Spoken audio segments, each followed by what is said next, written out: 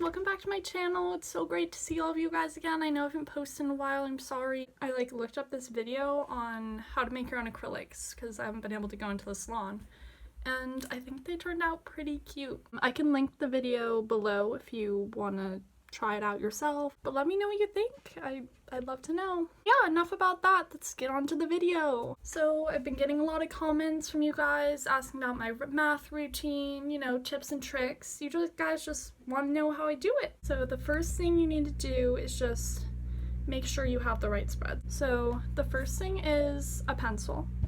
I got this one. It's a Ticonderoga yellow. I think I just got it from Staples. Here, I'll show you guys. It's pretty great because you can get in like a pack and it's resharpenable. Just really practical, but you can kind of use anything you want. I know we're all different here. The next thing is your paper. I just use white paper because I wanted to make it clear for you guys. Graph paper, line paper, really anything. Math is pretty open to everyone. Don't feel like you have the wrong paper and that's gonna hold you back. You guys can do this. So before we actually do the problem, I just want to give you guys a little story time on trig functions, how they work. We can like look at an example. So just a little background. These are some integrals you should know. You're gonna see that I have a different pen. I didn't introduce it, but it's just kind of like a marker. What I really want you to look at here is just notice how sine goes with this radical here for the other ones as well. And then remember these because you're about to see those somewhere else and you guys are going to be so surprised. Okay, now here we are at the trigonometric substitution. They're kind of the radicals that you'll be plugging in for sine, tangent, and notice these look pretty familiar if we go back to this paper here. Like you're like, oh my gosh, wait, twins! The first thing we do here is take these radicals and we can actually draw some pretty pictures. We start out with our cute little triangle, and she's beautiful. She's on fleek, looking great. And then we want to add her angle. It's always here. And don't forget this angle. You know what they say about angles? They really do matter. It's not just people. So you go back to this thing here. U over A equals sine of theta. Sine of this angle is U over A. And now you've drawn your triangle. I've drawn out all of those for us.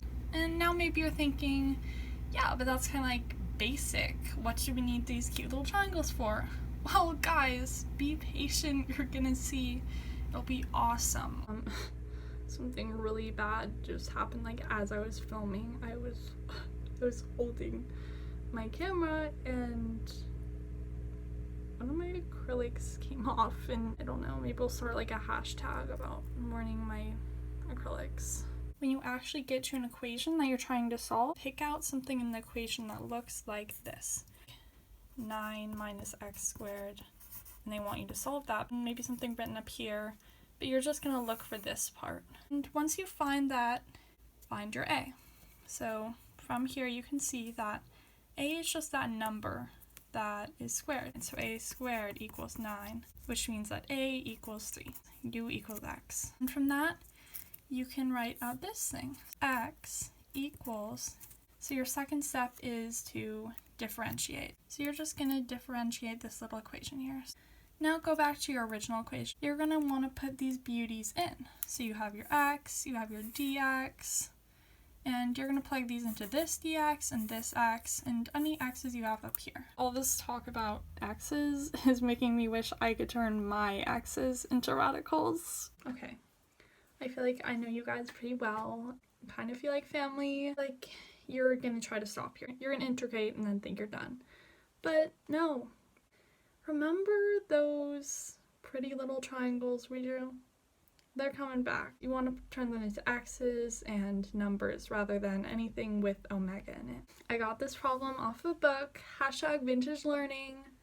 I'm just going to show it to you right now and then we'll start out. Maybe you'll notice that this kind of looks like a radical. Like, oh, it looks like this sign. Let's first look at translating this into that. So that means that x equals dx equals 3 cosine theta. And now we can plug those in. You're going to want to substitute here. So we have our dx up here, but that's going to actually be 3 cosine theta this. It's delta theta, sorry guys. kind of a brain fart. We have our x squared, and we're going to use this and then that x squared again. So the first thing I'm going to look at is here. And then that 9 can just come out and be a 3, but then you still have this part.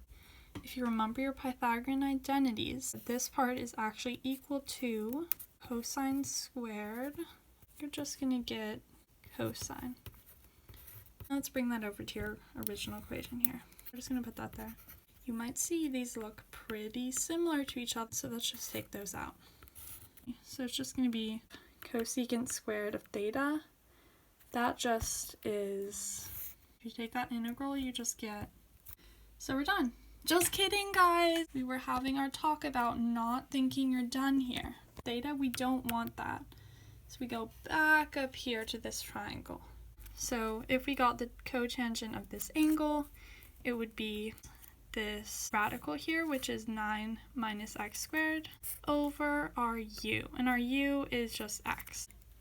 And just plug it in. And then that's pretty much it. I hope you enjoyed the video. Funny note, maybe you see my nails now. They're not as flawless as they were before. I lost so many. I'm over it now, but it's definitely disappointing. Yeah, maybe you guys will end up using my math routine, maybe not. But if you do, I hope you end up with flawless brains like me. I love you all so much, and thanks for watching.